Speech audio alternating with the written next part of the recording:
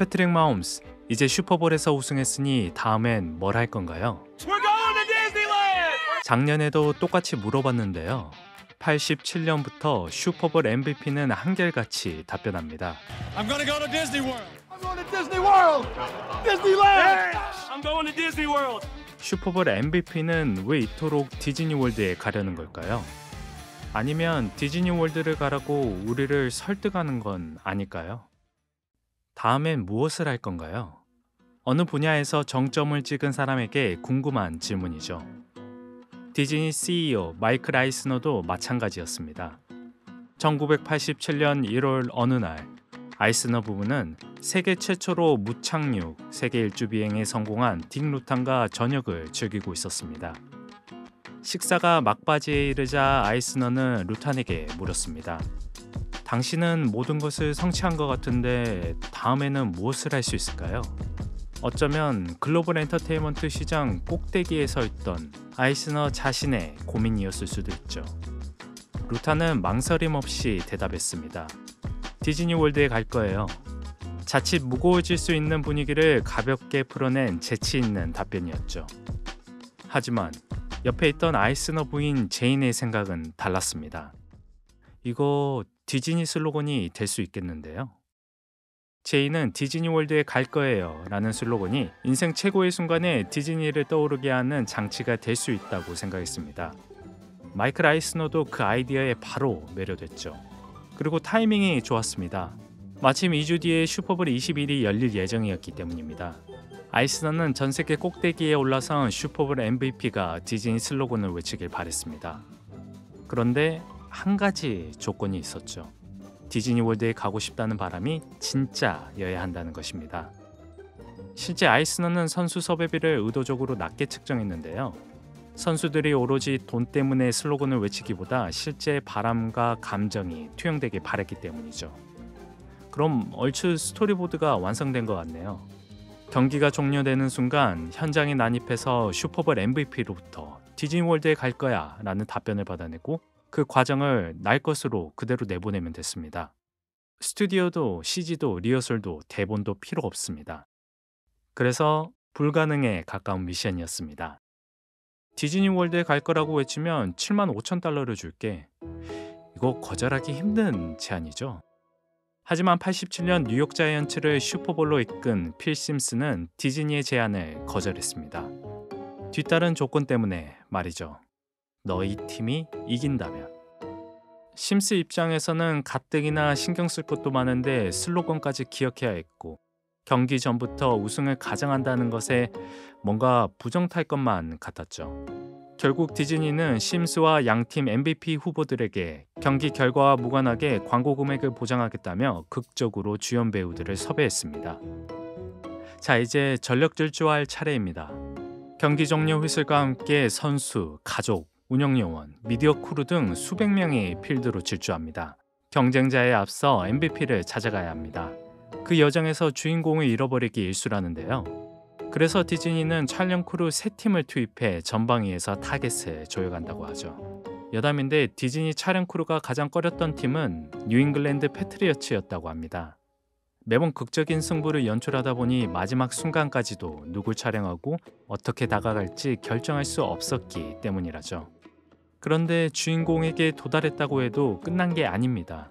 슬로건을 외쳐야죠. 아드레날린과 엔돌핀이 뒤범벅되는 상황에서 주인공은 디즈니 계약은 물론이고 세 마디 문장을 잊어버리는 경우가 태반이라는데요. 좋은 예가 떠올랐습니다. 2008년 보스턴 셀틱스 우승 장면입니다. 13년 만에 커리어 첫 챔피언십을 거머쥔 케빈 가넷은 환희 가득 차 외쳤습니다. 문제는 가넷이 아디다스 후원 선수였다는 것입니다. 당시 아디다스 슬로건은 Impossible is nothing 이었는데 경쟁사 브랜드 리닝의 슬로건은 Anything is possible 이었죠. 물론 당시 가넷이 아디다스 슬로건을 외치는 계약을 맺은 건 아니지만 기쁨에 가득 차 경황이 없다면 의도치 않은 말이 나올 수 있다는 것을 엿볼 수 있죠. 경쟁사 슬로건마저 외쳐버릴 수 있다고 말이죠. 실제 87년 디즈니의 첫 번째 광고는 6번이나 재촬영했다고 하는데요. What am I supposed to say? I'm going to Disney. Walt Disney World and Disneyland. I'm gonna go to Disney World. I'm gonna go to Disneyland. Again? I'm gonna go to Disneyland. All these people thinking, what the is he doing? 치열하게 확보한 촬영 테이프는 이제 덕션으로 넘어갑니다. 광고는 슈퍼볼이 끝나고 2시간 뒤 스포츠 뉴스에서 공개될 예정이죠. 긴박한 편집 과정까지 거치고 나면 슈퍼볼에서 가장 단순하면서 가장 강력한 광고가 완성됩니다. 실제 저는 고잉 투 디즈니 광고를 처음 접했을 때 슬로건을 외치는 선수의 의도가 연출된 건지 진심인 건지 분간할 수 없었는데요. 기뻐하는 모습은 순도 높았고 그래서 디즈니 월드에 갈 거라는 그들의 약속에서 진정성을 느꼈죠. 그리고 실제 주인공들은 바로 다음 날 디즈니 월드에 갔습니다. 그 모습까지 보면 모든 의심은 사라지는데요. 디즈니 월드에서 인생 최고의 순간을 기념하고 싶었던 게 진짜였구나. 완벽하게 설득되죠. 아참, 슈퍼볼 다음 날 디즈니 월드에 가는 것까지가 고잉 투 디즈니 광고 계약 내용이라고 합니다. Have a great time in Vegas. Are you going to bring the troops back? Oh yeah, we're gonna get everybody back. I gotta go to Disneyland at like 8 in the dude. Might not be any sleep. I have a lot of sleep. 날것의 연출과 치밀한 팔로우업으로 디즈니는 대중의 인식을 조정하는 데 성공했습니다. 고잉 투 디즈니 광고는 87년부터 2005년을 제외하고 오늘까지 지속되는 슈퍼볼 전통입니다. 물론 변화도 있었죠.